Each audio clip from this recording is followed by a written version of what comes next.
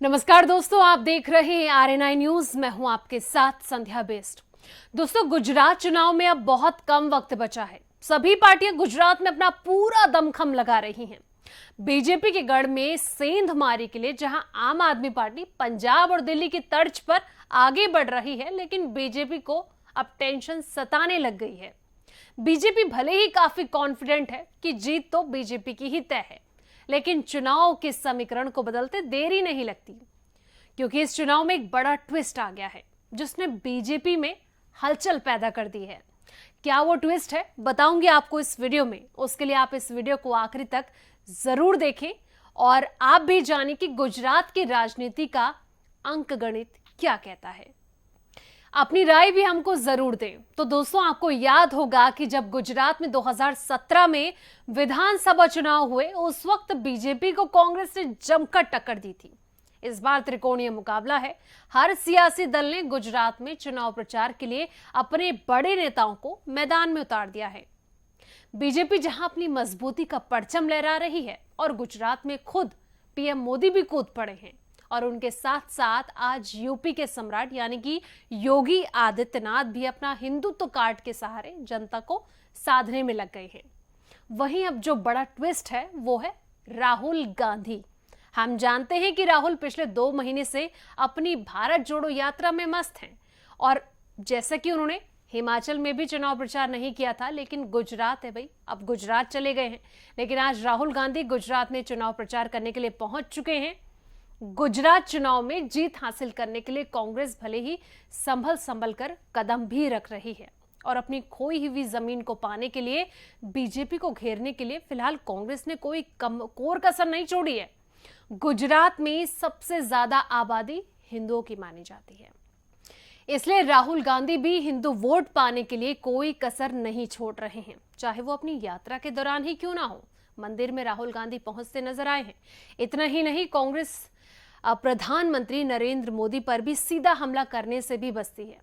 आपको याद होगा, क्योंकि 2007 के गुजरात विधानसभा चुनाव के दौरान सोनिया गांधी ने तत्कालीन मुख्यमंत्री यानी कि जब पीएम मोदी गुजरात में मुख्यमंत्री के पद पर काबिज थे, तो उन्होंने बहुत कटाक्ष किया था और यहां तक कह दिया था सोनिया गांधी ने कि मौत का सौदागर, जिसका खामियाजा पार्टी को भुगतना पड़ा था। खैर, प्रधानमंत्री नरेंद्र मोदी ने रविवार को भी 4 चुनावी रैलियां कर बीजेपी के पक्ष में मतदान की अपील कर दी है। खास बात यह है कि पीएम मोदी की रविवार की चारों रैलियां सौराष्ट्र के पाटीदार बाहुल्य इलाके में की गई थी, जहां 2017 के चुनाव में बीजेपी कमाल नहीं कर पाई थी। पीएम मोदी की आज की रैलियां कोली और आदिवासी वोटर की बहुलता वाले इलाके में होनी है, जहां पीएम की रैलियों के कार्यक्रम से साफ है कि बीजेपी की कोशिश 2017 के चुनाव में छिटके मतदाताओं को पीएम मोदी का चेहरा आगे कर अपने साथ लाने की है। अब ईसूदान गढ़वी जो आम आदमी पार्टी के उम्मीदवार हैं, सीएम उम्मीदवार, वहां पर सेंधमारी जो कर रहे हैं वो है अमित शाह। जी हां, वहीं अमित शाह द्वारिका के खंबालिया विधानसभा क्षेत्र में चुनावी जनसभा को संबोधित कर रहे हैं। ये वही इलाका है जहां से आम आदमी पार्टी के मुख्यमंत्री पद के उम्मीदवार ईसूदान गढ़वी चुनावी मैदान में हैं। अमित शाह की आज 3 चुनावी जनसभाएं होनी है, यानी कि कुल मिलाकर बीजेपी ने अपने सभी दमखम के साथ वहां पर चुनाव प्रचार कर रही है। दोस्तों, गुजरात का इतिहास बहुत कुछ कहता है। गुजरात में भले ही कई सालों से बीजेपी का शासन राज रहा हो और भले ही कांग्रेस अब देश में विलुप्त होती जा रही हो, लेकिन बीजेपी के लिए एक दौर ऐसा भी आया था जहां चुनाव के वक्त पीएम मोदी के कांग्रेस के एक नेता ने पसीने छुड़वा दिए थे।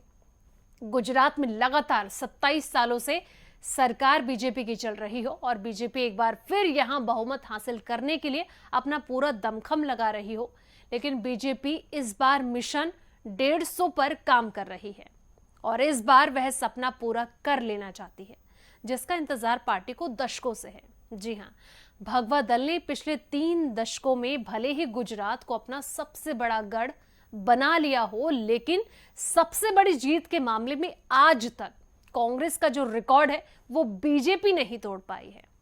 जानकर आपको हैरानी हो रही होगी, लेकिन यह सच है। राज्य के इतिहास में कांग्रेस ने सबसे अधिक 149 सीटें जीतने का जो रिकॉर्ड था वो 1985 में अपने नाम किया था, जबकि बीजेपी का सर्वश्रेष्ठ पीएम मोदी की अगुवाई में 2002 में था। गुजरात दंगों के बाद हुए चुनाव में बीजेपी ने 27 सीटों पर कब्जा किया था, यानी कि 127 सीटों पर बीजेपी ने कब्जा किया था। कांग्रेस पार्टी को इतनी बड़ी जीत जिस नेता ने दिलाई थी उनका नाम था माधव सिंह सोलंकी।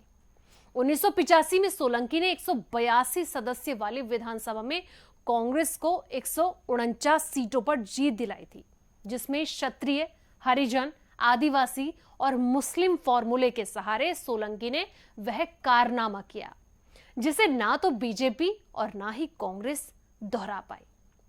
अब कांग्रेस बीजेपी चाहती है कि उतनी सीटें उनके खाते में आए।